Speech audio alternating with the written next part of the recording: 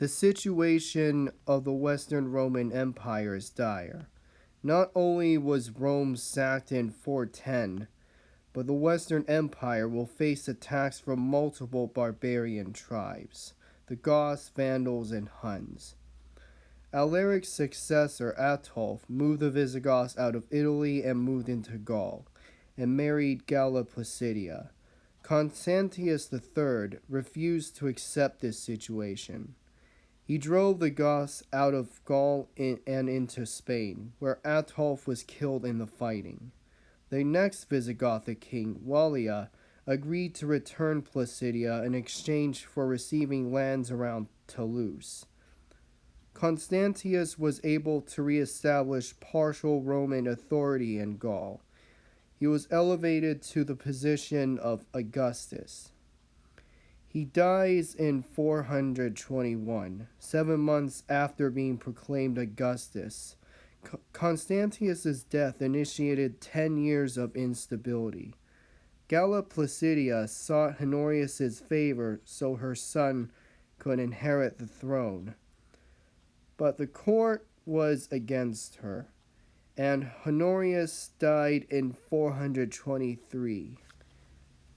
With the help of the Eastern Empire, Placidia's son was proclaimed as Western Emperor, and he was given the name Valentinian III, and Placidia acted as regent. Placidia quarreled with the Danubian-born soldier Aetius, but she and Aetius came to an agreement. In 429, the Vandal king Gaiseric led his people across the Straits of Gibraltar into Africa.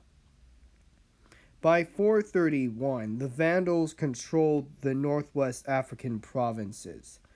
The governor of Africa, Boniface, was recalled to Italy, which allowed the Vandals to consolidate their conquest.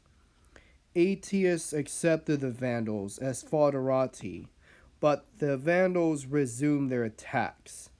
Gaiseric moved eastward and captured Carthage in 439. With the capture of Carthage, Gaiseric has a powerful fleet and control to Rome's vital grain supply. Though the loss of Carthage was disastrous to the empire, the Romans made a treaty with the Vandals to accept them. Valentinian even promised that his 5-year-old daughter would marry Gaiseric's son Huneric. Gaiseric extended his realm. He captured Corsica, Sardinia, and Sicily. His pirates even raided as far as Greece. Meanwhile, Aetius was busy dealing with affairs in Gaul. He called in the Huns to deal with the Burgundians, which they killed 20,000 Burgundians in battle. Aetius's own troops drove the Visigoths from Narbonne. The Huns were united under Attila, who became king after killing his brother. Attila launched raids into the Eastern Empire and extracted vast sums of money. He created a vast empire which stretched from Germany to the Volga. In 450, Marcian became the new emperor of the Eastern Empire, and he refused to continue paying tribute to the Huns. Attila turned to the Western Empire for compensation, and because he received a plea from Valentinian's sister Honoria. Honoria was being forced into a marriage that she resented, and she had an affair with her steward, which she was discovered. In secret, Honoria had smuggled a ring to Attila to ask for his help. Attila interpreted this as a marriage proposal, thus accepting her plea. He demanded half of the Western Empire's territory as part of the dowry, but the Romans rejected his demand. The Huns invade Gaul in 451. Attila and his 3,000 men sacked the city of Paris with horrifying brutality. The Visigoths decided to join forces with Aetius. The combined forces of the Romans and Visigoths met Attila at the Catalaunian plains on June 20th, 451. According to Jordanus, the Huns first seized the right side of the ridge, while the Romans seized the left. The Huns attempted to take the ridge, but were stopped by the Romans and Goths. The Visigothic king Theodoric died in the fighting, but the Visigoths pushed back the Huns. Attila was forced to retreat back to his camp. The Hun archers were able to drive off the attackers. Then night fell, which was a time of confusion for the Romans and the Visigoths. In the morning, the battlefield is littered with corpses on both sides. Thorismund, the son of Theodoric, wanted to attack Attila's camp, but Aetius dissuaded him from doing so and convinced him to leave and secure the Visigothic throne due to fear of betrayal. At the end, Attila retreated from the battlefield along with his troops. But the next year, Attila invaded Italy, but was persuaded by Pope Leo I to withdraw. Attila died unexpectedly a year later, and his empire disintegrated. Aetius had enjoyed many great victories and popularity, but that wouldn't last as Valentinian became jealous and had him assassinated. In turn, Valentinian was murdered by Aetius's former soldiers. In 455, the aristocrat Petronius Maximus usurped the throne and proclaimed himself as emperor. And he married Valentinian's widow Licinia, and his son married Valentinian's daughter Eudocia. Licinia turned to the Vandals for aid, which Gaiseric gave her aid, because Maximus's revolution was damaging to his ambitions, and he set sail for Italy. The Vandals entered Rome and plundered the city for 2 weeks. The Vandals left with a large amount of treasure and made off with Princess Eudocia. After the sack, a number of generals of Germanic origins, such as Ricimer and Arrestees, gained political and military power. Various emperors would become puppets of these barbarian generals. A Gallic Roman nobleman named Avitus proclaimed himself as Western Emperor. He marched on Italy with support from Majorian and Ricimer. Majorian and Ricimer revolted against Avitus after he lost the support of the Italian aristocracy.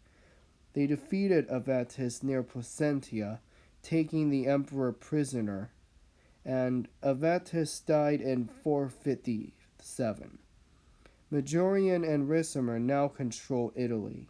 The Eastern Emperor Leo I proclaimed Majorian as Western Emperor. Majorian rebuilt the Italian army and navy. He also set out to recover the remaining Gallic provinces. He defeated the Visigoths at the Battle of Arelate, reducing them to Federate status, and had them give up their claims to Spain. He was acknowledged as emperor by other generals, such as Marcellinus. Tax collection was reformed, and the city councils were strengthened. Majorian prepared a fleet at Spain for the reconquest of Africa. Unfortunately, the fleet was destroyed by traitors who were paid by the Vandals. Majorian was forced into a peace treaty with the Vandals. When he returned to Italy, Ricimer captured him and had him executed. Ricimer faced opposition from Marcellinus and Agedius after Majorian's execution.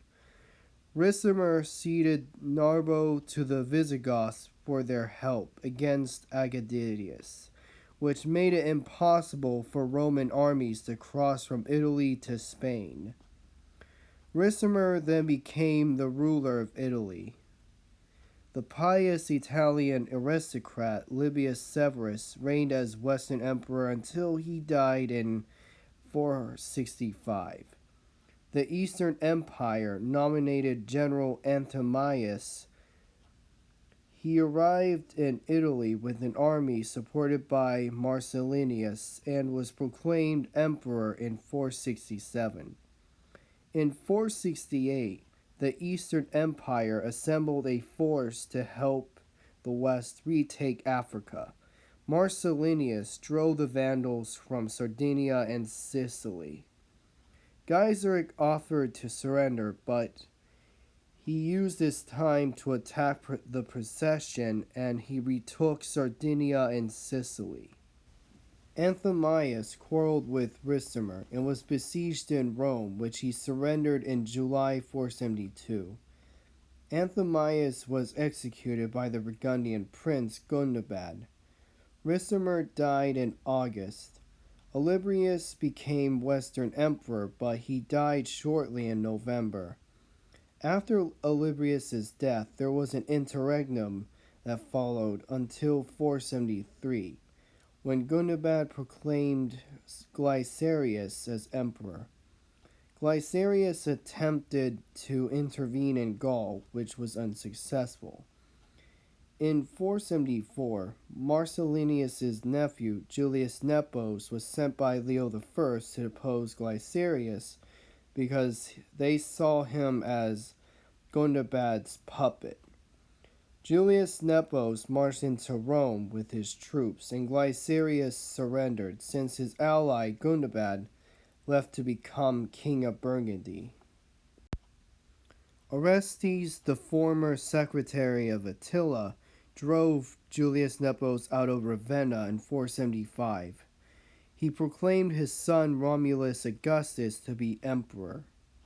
Odoacer asked Arrestees for federated status, but Arrestees refused him, which prompted Odoacer to invade Italy in 476. Arrestees fled to Pavia on August 23, 476. He was then forced to flee Pavia when Odoacer's army approached the city, and he was chased to Piacenza, where he was executed on August 28th. On September 4th, Odoacer forced Romulus Augustus to abdicate the throne.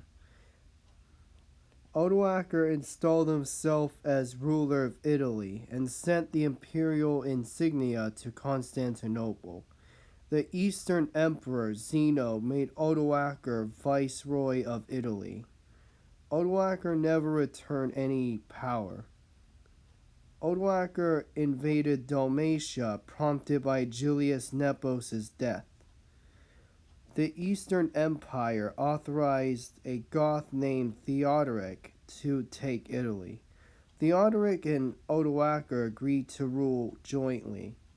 They had a celebration, but Theodoric had Odoacer killed, which left him in control of Italy. The Western Roman Empire may have fallen, but the Eastern Roman Empire, also known as the Byzantine Empire, would survive for another 1,000 years until 1453. Thank you for watching, everyone. This has been your host, Grandmaster Crusader.